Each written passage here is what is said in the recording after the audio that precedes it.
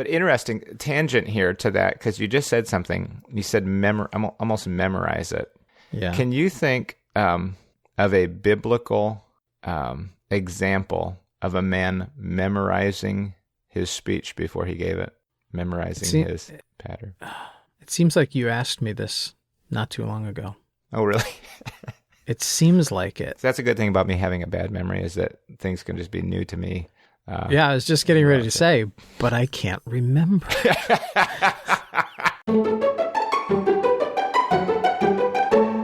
You're listening to Reason Together, the podcast for Christians who think about stuff. I'm your host, Daniel Fox, here with my great friend, Thomas Balsamo. How are you, Tom? Hey, good. Good. Doing well. And we want to welcome you back to the conversation. If you're a new listener, welcome to a conversation between two old friends. I mean, not that we're necessarily old, but we've been friends for a while, that is. Speak for yourself. Although I am older.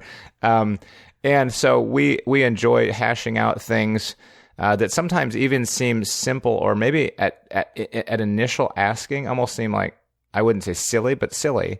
And yet we begin to unpack it and go, whoa, wait, there actually is something to think about here. And we try to reason through it together and connect it with Scripture and what God would have us to do in relation to that thing. So we're well over 100 episodes now, and if it's your first time joining in, feel free to look back at the archives and see what else you might want to listen to. And we also like feedback, so reasontogetherpodcast@gmail.com. You can go there, reasontogetherpodcast@gmail.com. Send us a question. Send us a thought about something that we're saying, or an opinion that you have there, or maybe just something out of the blue. You say, I've been wondering this for a long time. I'd like to hear you guys talk about it. Well, we will consider it if you'll send it there to reasontogetherpodcast@gmail.com. Yeah. And we do want to thank our patrons for being with us on this ride. We couldn't do it without you, really. You help support this show and with your hard-earned dollars, and we are grateful that you chose to do that. So we do owe you our gratitude. If you're listening and you're not a patron and you're wondering, what is this patron stuff all about? You can go to patreon.com/reasontogether. That is patreon.com/reasontogether. And you can choose one of those support levels there.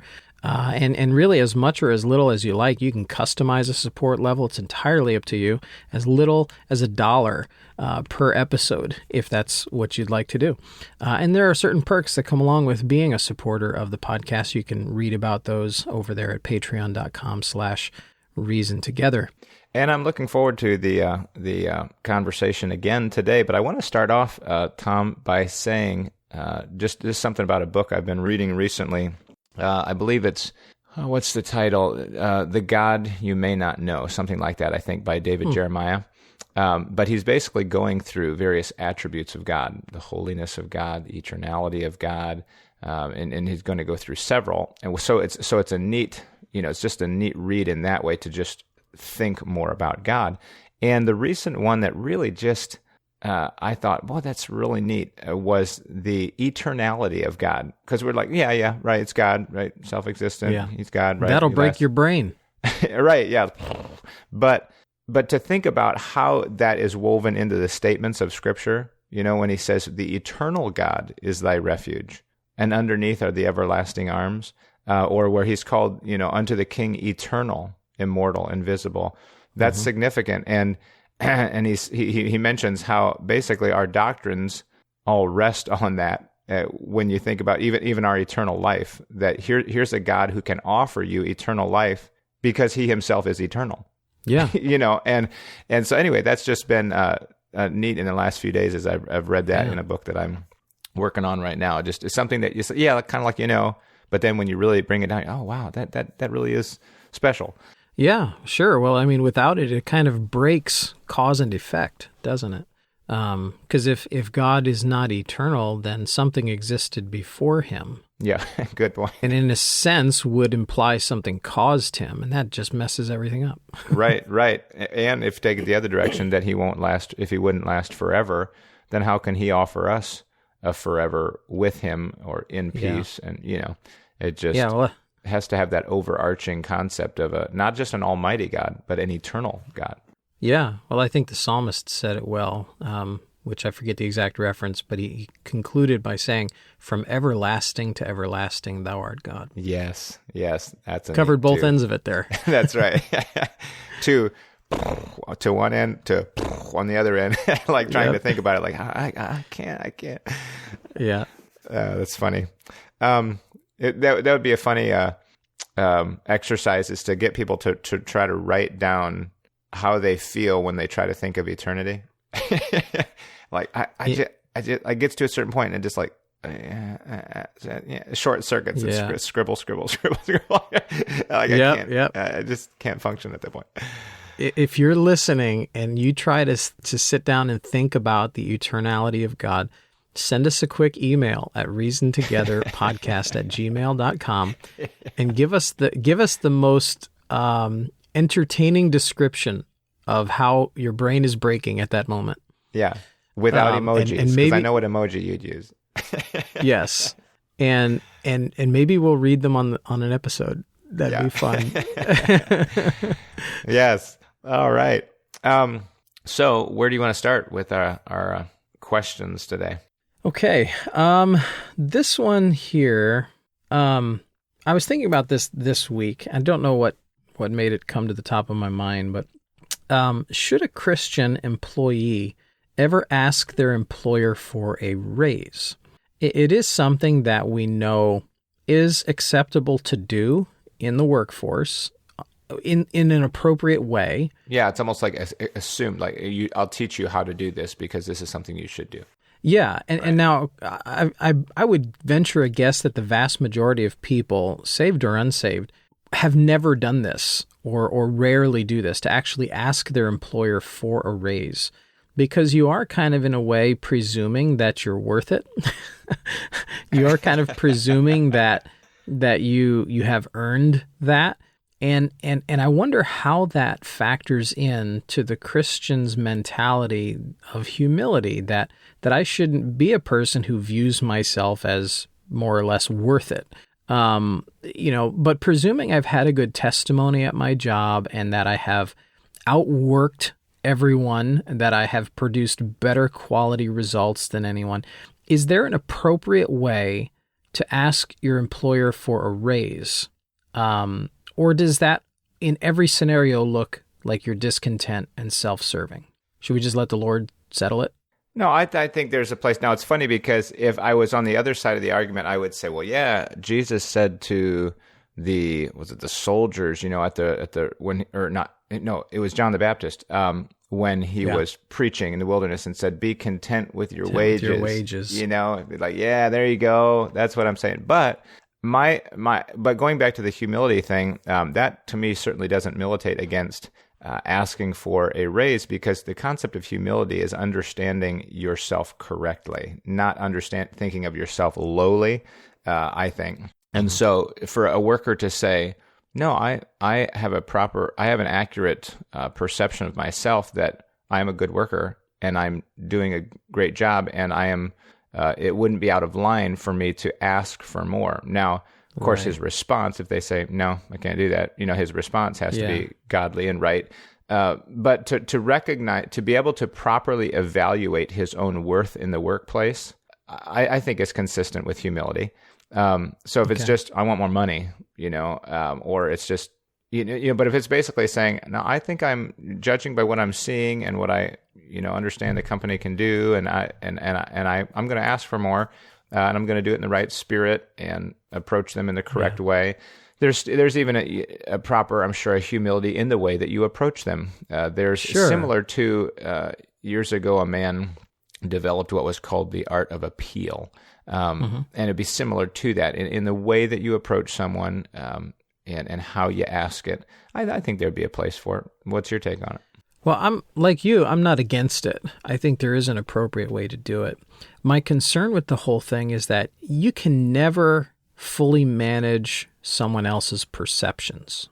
You can't do it. That's true. No matter how humbly you approach it, no matter how gracious you are, no matter how good you are at the art of appeal, especially with an unsaved employer, you can't control whether or not they perceive you now as greedy.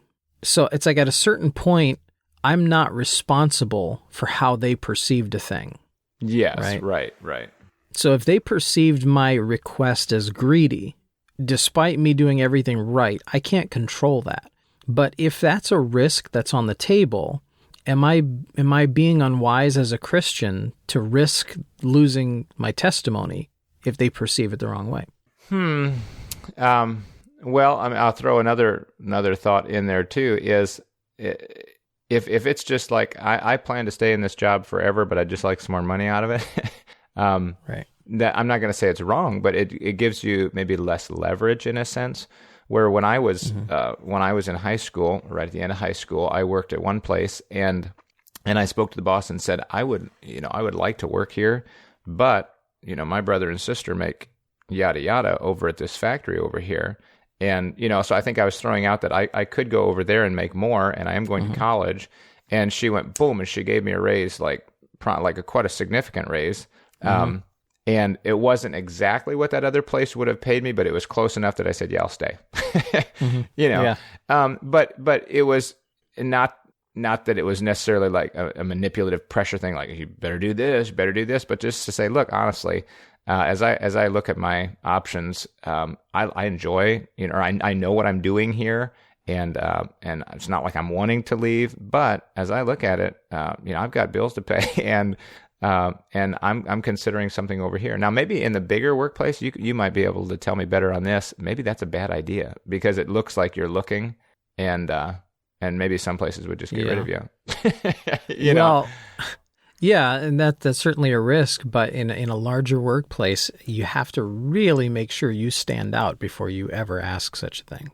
Well, and that's a good point because you said at the beginning, if you have a good testimony. I mean, if you go to work and you're one of the most hardworking guys there, you've got a good attitude, good, people. And maybe people don't always like what you do because they feel competitive with you, but that overall you just stand out as a class act. That you're a man of character, a man of hard work, team player.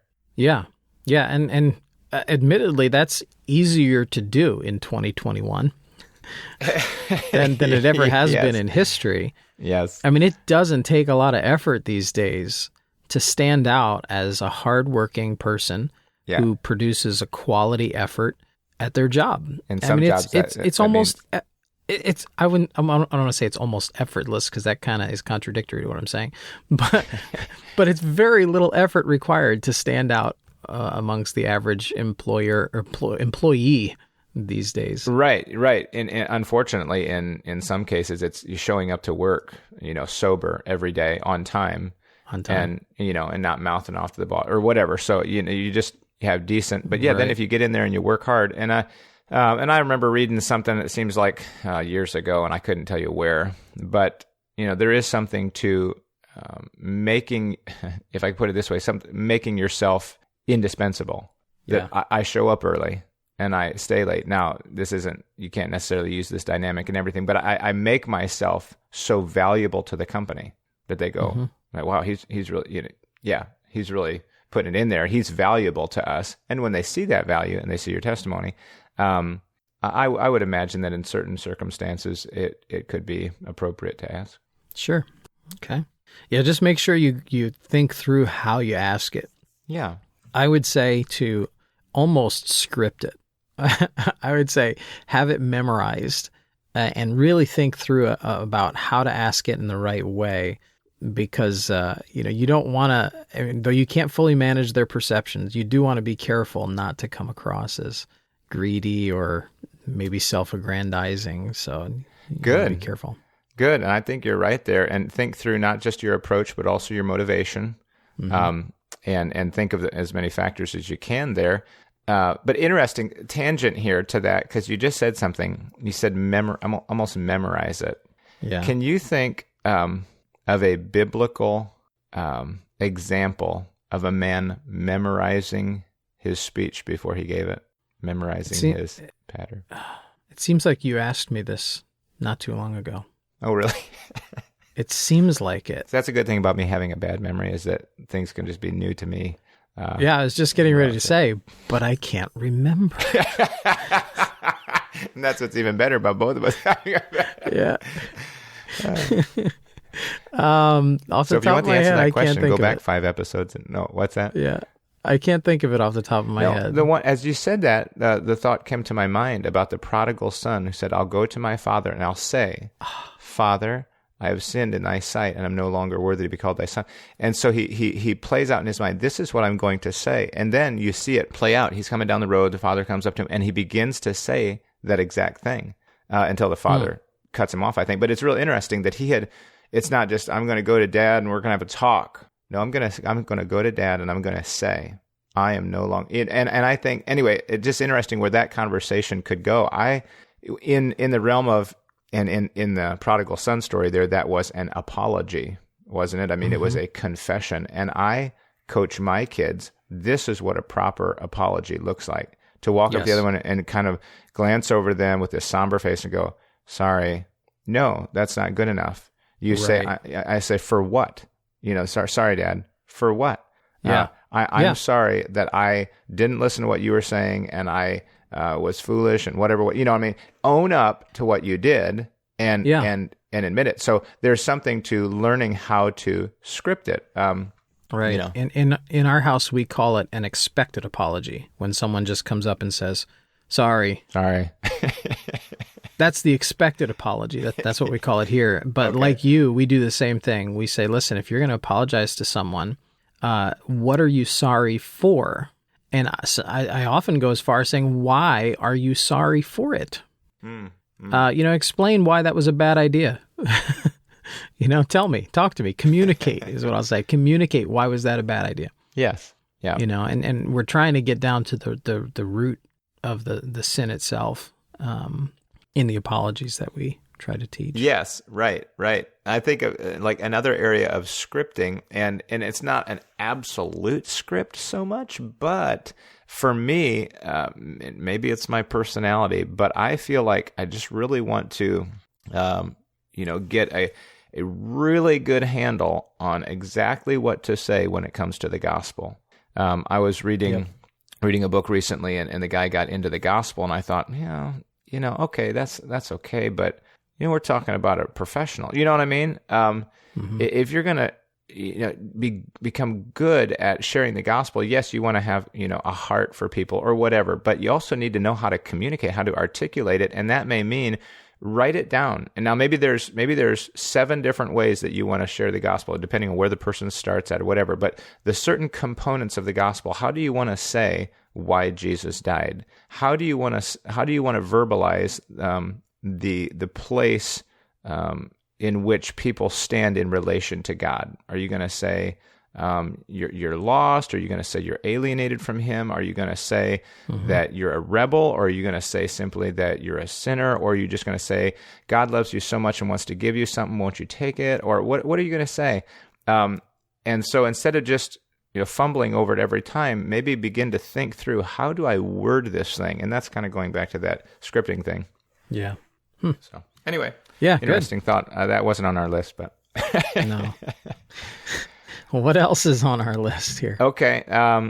What do you think? You're a father of 2, and what do you think is your greatest challenge facing you as a father? Facing me personally, or yeah, or okay. And I mean, in some ways, this would apply to other fathers too. I mean, maybe other fathers, their circumstances would be a little different. But I mean, what do you sense, at least at this stage of your family, the age of your children? What's the greatest challenge facing you? Boy, that's kind of hard to pick in a sense, because there Big, seems, isn't it? there seems to be so many. If I could maybe give a cop out here and give several. Oh, sure. Yeah. I would say the challenges facing me as a father is personal consistency. And I think that may be not uncommon amongst men is to make sure that we're saying and doing the same things, that we're not giving exceptions to rules constantly, that we are that we're not asking things of our kids that we don't expect of ourselves, and all of that plays into consistency. And that is always a challenge for me, probably especially the not making exceptions, because sometimes you can't remember what you decided the first time about a thing. And I'm not talking about moral issues, right? Because we're not trying to be unstable as water here. Just as far as practical things, you decide it one day, and then a few days later you're in a different mood, and then you decide it differently, and because you forgot how you decided it the first time, and you might not even know you did it. And in the kid's mind, they're going, well, the other day he said this. That can be a challenge as a father. For me, another challenge, I think, is as our kids get older and they're getting closer to that stage of life where their decisions really can impact the rest of their life. Yeah. So like you get into that age bracket where you're, 18 to 25, and my kids are several years off from that, but it's coming fast.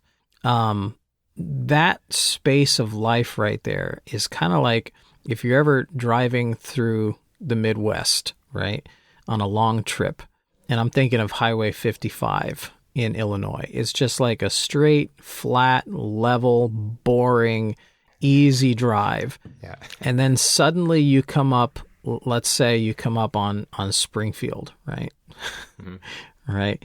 And I don't know, 55 or 57, I can't remember. But you get through there, and now you're hitting a bigger, more populated area, and there's construction, and there's hazards, and there's many more cars, merging and pulling off and changing lanes. And then you get out of that section, and you're on another smooth, straight, slow, boring stretch of highway as you head closer to, Missouri, right? That kind of, to me, illustrates that stage of life of young people from 18 to 25. So it's kind of smooth and boring and easier. And then you hit 18 or thereabouts. It can start a little earlier, a little later, depending on your situation. But then you hit this patch where there's so many hazards, and just getting even in a minor fender bender can wreck the rest of your life in that stage. I mean, it can at least do some damage to where you are affected for the rest of your life. Yeah, you're making major decisions in that time of life. Am I going to go to college? Where am I going to go? What do I want to be? Who am I going to marry? Where are we going to live? I mean, it's amazing. Yeah. And the most obvious one is if you marry the wrong person, that's obviously going to affect the rest of your life. If you get the wrong education, if you get the wrong career, if you pick the wrong peers and friends. I mean, all of those things are hard to change once you've done them. I mean, try getting out of a career later in life when you're married with kids because you finally realize, boy, I never really liked this, and I never really followed the Lord's leading, and I just kind of went where I thought the money was, and and then you try to change gears later in life. That's incredibly difficult. And even making bad financial decisions in that stage in life. Yes. And I am coming around to an answer to your question here. Yeah. All that to say, at a certain point when you're teaching your kids how to follow the Lord's leading in their life, at a certain point, there's only so much you can say. I mean, it's like, and a kid keeps asking, well, how? Well, you follow the Lord's leading. Well, how? How do I do that? How do I follow the Lord's leading? Well, are you in the scriptures? Are you awash in the thinking of God himself so that you begin to think like he thinks? Well, how do I do that? Well, like I just said, you have to be awash in the scriptures so that you are thinking like he thinks. Are you learning wisdom literature in scripture? Are you bathing every matter in prayer? And it's like they kind of become these one pat answers that we're used to giving, Bible and prayer. And those can almost become cliche answers that kids get tired of hearing. And it's like, well, every time I ask, how, the answer is always, well, Bible and prayer. And at a certain point, there's really no more you can do than that. At a certain point, you have to just yield your will to the Lord's will. And teaching that to a young person is really hard because they have to actually practice it to learn it. And there is going to be, in a sense, some ways when they get to that age bracket that they are, in a sense, and for lack of a better word, and I'm not talking about moral things here, in lack of a better word, they are experimenting with following the Lord's leading and seeing that it works. It's experiential for them for the first time, in a way. Yes. I'm not talking about experimenting with immoral things. No, I mean, right, actually right. saying, okay, here's this decision I need to make. I'm committing this to prayer. I'm committing this to the Lord. I'm searching the scriptures for wisdom. The best I know how. The best I know how. Yeah. And then seeing the actual fruits of prosperity from it, whether it be financial prosperity or simply circumstantial prosperity, where life just seems to go better because you made a good decision. They are, in a sense, experimenting with that and experiencing it for themselves. And it's like, how do I teach that without there being a risk of them not getting it right? Well, you can't. They're just going to have to do that at a certain point. And as a parent, don't you want them to take some risks inside the home so you can help navigate and Yes. help through some of those things when the stakes are lower. Yes. So that when they get out, they're not trying for the first time. Yes. Now to go back to something you said, just for our listeners' sake, the first thing you said, I'm trying to think back now. What was the first point you made? Okay, you said consistency. Yep.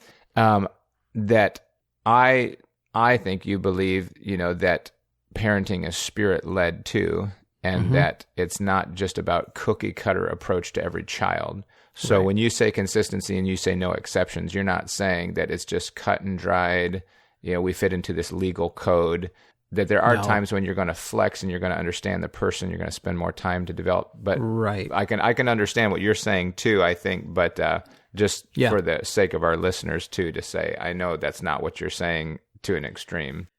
Of course, right. And there's they made a change in the way that doctors practice medicine a number of years ago. And I don't know all the ins and outs of the change, but I asked an ER doctor about this once. And we were having a conversation about the approach to medicine, and they call today's approach evidence-based medicine. And I probed on that a little bit with him, and I was asking, okay, what do you mean by that? And basically what it came down to is, for a lot of new doctors, the way that they're learning to practice medicine is based on statistical likelihoods. So if a patient presents with this, and this, then the response should be this, and this. Mm-hmm. And it can be very rote. It can be very generic, if I can say that. And I remember how this affected one hospital that I'd worked at out in the Midwest. There was very big into that approach. And their ER doctors would order all sorts of unnecessary CT scans. And it wasn't just my opinion that they were unnecessary. The radiologists, who were also medical doctors, were getting frustrated with the ER doctors for ordering all these CT scans for this reason or that reason. And they were just following basically an algorithm. And they were trying to turn themselves into an algorithm. Input comes in, output goes out. This is the decision that's made. And I remember talking there was an older guy, 80 years old at the time, a medical doctor. He'd been a doctor for a long, long time. The guy didn't really need that approach. He treated every single patient like they were individuals. He looked at every symptom, every sign. He took a history himself, right? He didn't just take the history from the nurses. He walked in, he talked to the patient, took the history himself, examined them himself. He made much better decisions. He had much better outcomes. He ordered a lot fewer harmful exams, like radiological exams. Right. And he got the job done. And I think, and I'm not saying that as a parent, consistency means that we become an algorithm. Yeah. That's a good analogy. I'm saying that we have to, what we say, we have to be able to defend what we say to the child as if the child were to question it. Now, they shouldn't always question that, especially at a younger age, but we have to almost anticipate objections. Mm-hmm. What's a potential objection that my child could have in their heart that they maybe wouldn't voice out of respect? Yeah, which is And good if- leadership. To anticipate objections. Right. And if they're in their heart going, well, he said this the other day, and now he's saying this, we have to be able to explain our decision and defend it Yes. when we need to. And that's what I mean by consistency. Good. And if you're a normal father, you're going to end up apologizing. Yes. And saying, I'm sorry, the way I came across or this decision, or, you have to face up to your own. For me, Yeah. it's, no, you don't need a snack right now. as I'm heading to the pantry. Right. Or whatever. Oh, goodness. Yeah. No, apologizing is very important. And not just because it's the right thing to do as a father to apologize when you've wronged your child, but because it also gives you the moral authority to say, when they've done something wrong to their sibling, to say, now, isn't it just right of you to have to apologize? Or when they have to apologize to you, to say, listen, I shouldn't have to ask you for an apology. Do you ask me to apologize to you when I've wronged you? No.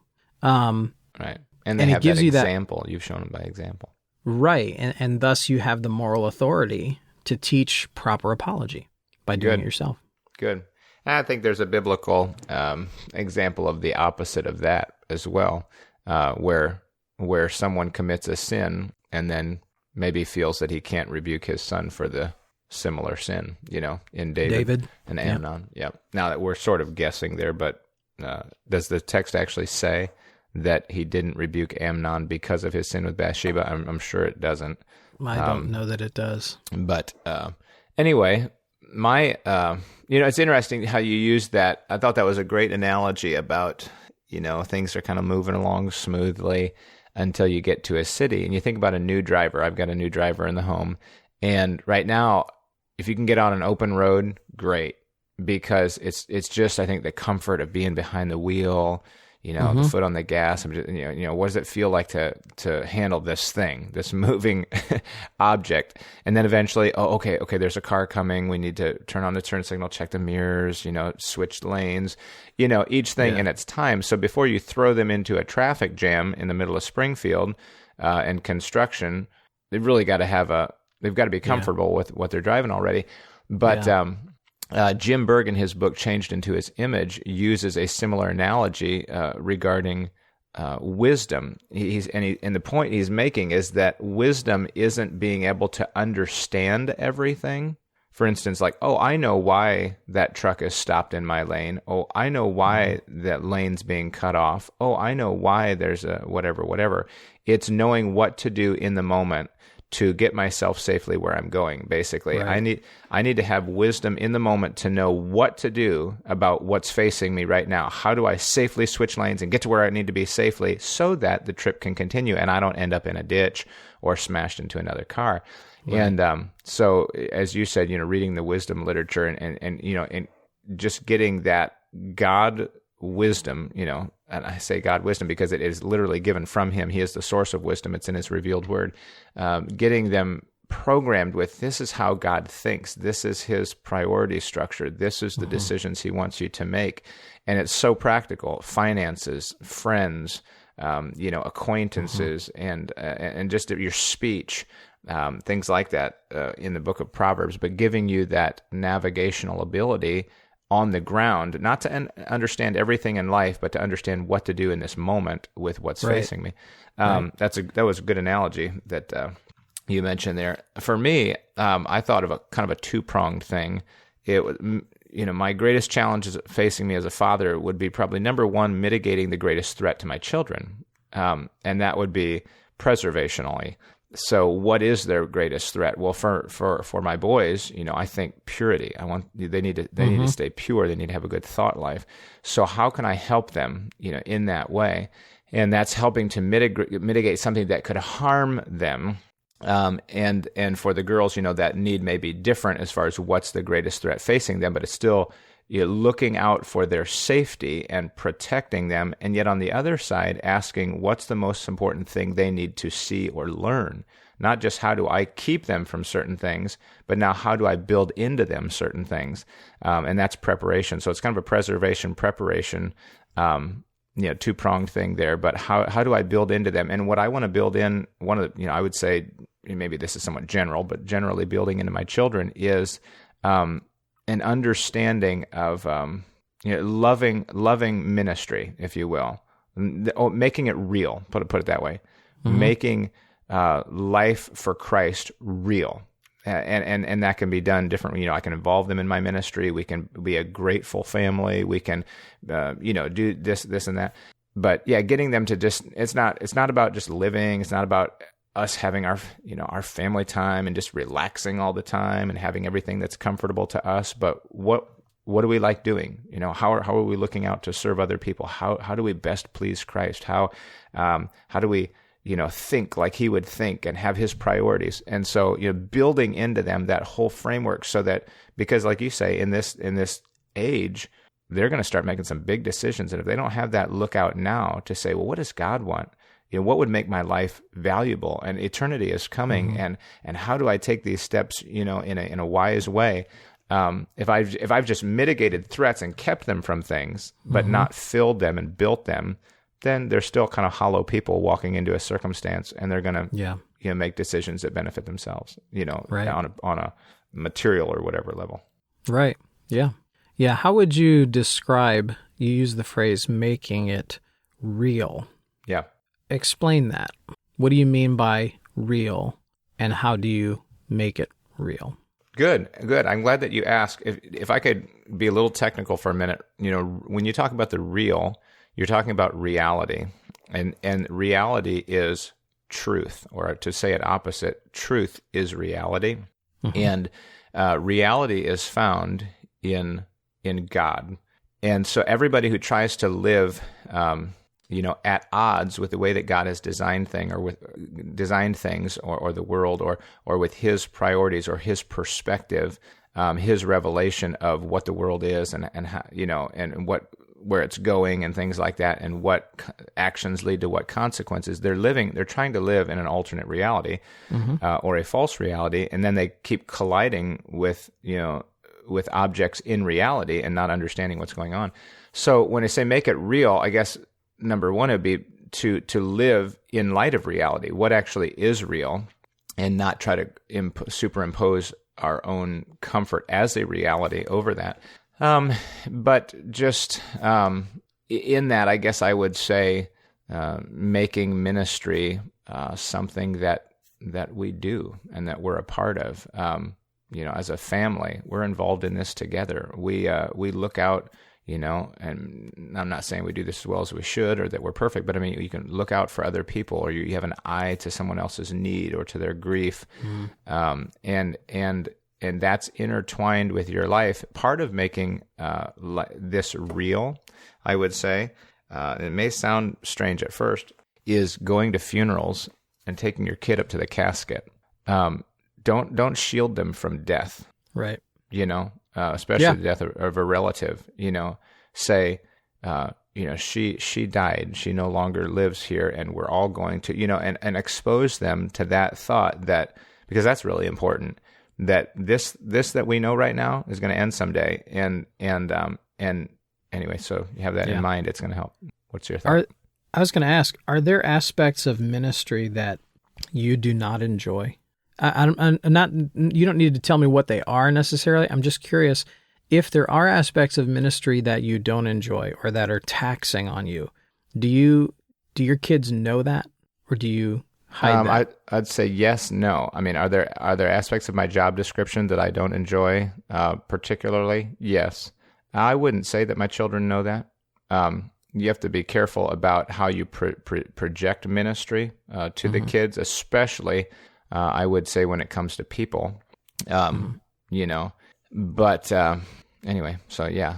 Okay. And that can go to a, as part of the job description you don't like, can go to a gifting in a sense. I'm not gifted to do that, but I sort of have to for right now.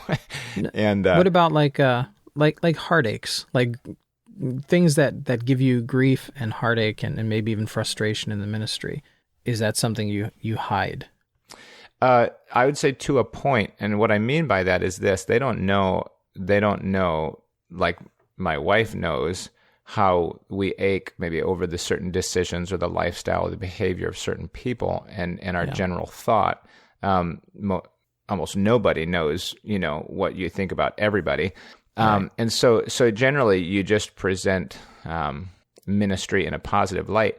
Where that changes a little bit is all of a sudden when your children on their own begin to see a shortcoming of someone Mm-hmm. and they're struggling with it, then I think, at that point, I don't hide it and go, what? I don't know what you're talking about. No, you just need to blah, blah, blah, blah. Or that's not true. You say, yeah, I know. He's just or you might reference that you're aware, and that it's not something you haven't thought of before, and just say, well, that person does seem to struggle with that or whatever, and here's how we're going to need to deal with that. Yeah. And so then you begin to try to walk them through how to deal with that.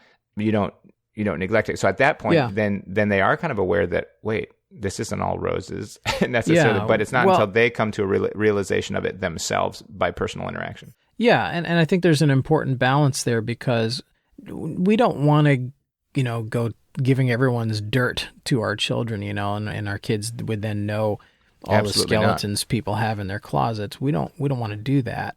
But at the same time, we also don't want to act happy-go-lucky that everything in ministry is easy or fun, and we don't want to be dishonest about our emotions, because I think sometimes young people that grow up in a home like that and then go into ministry themselves are shocked the first time somebody rips their heart out.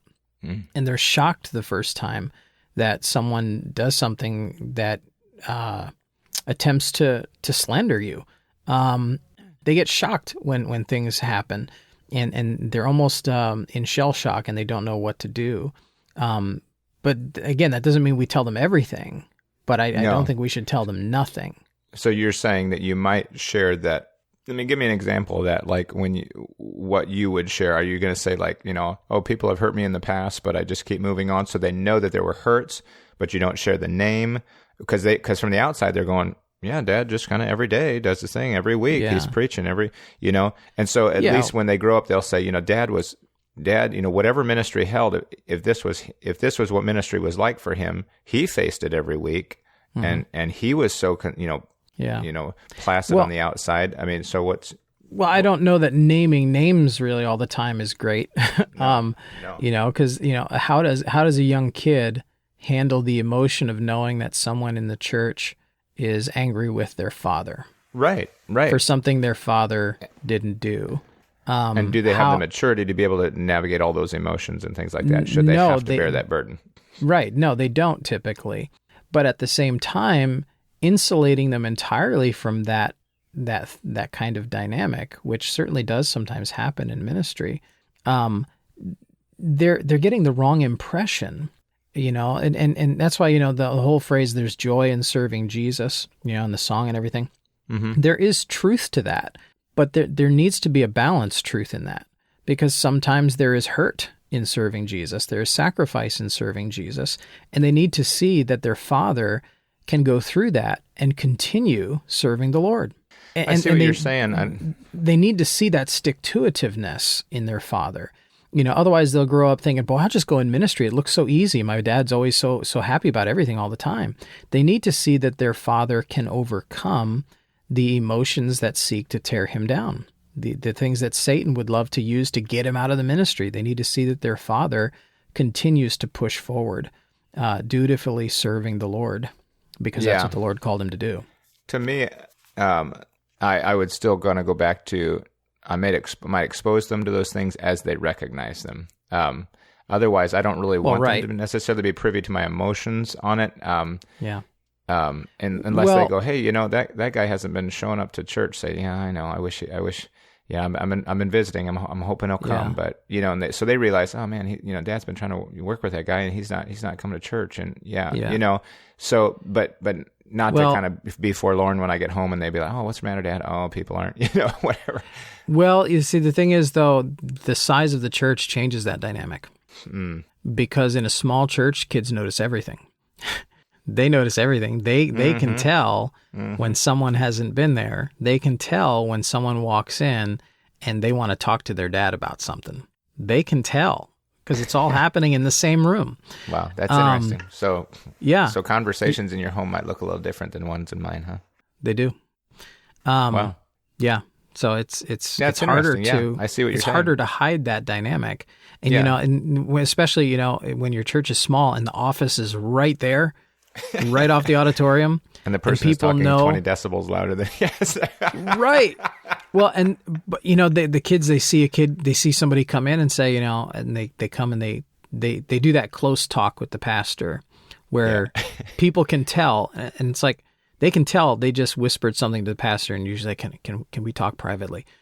People can tell when that conversation happens, and then they see you go into the office with someone, and that, I don't know if it's just something about the pastoral office, it just has a feel to it that people don't like. And when there's a private conversation going on in there, people are like, what's going on?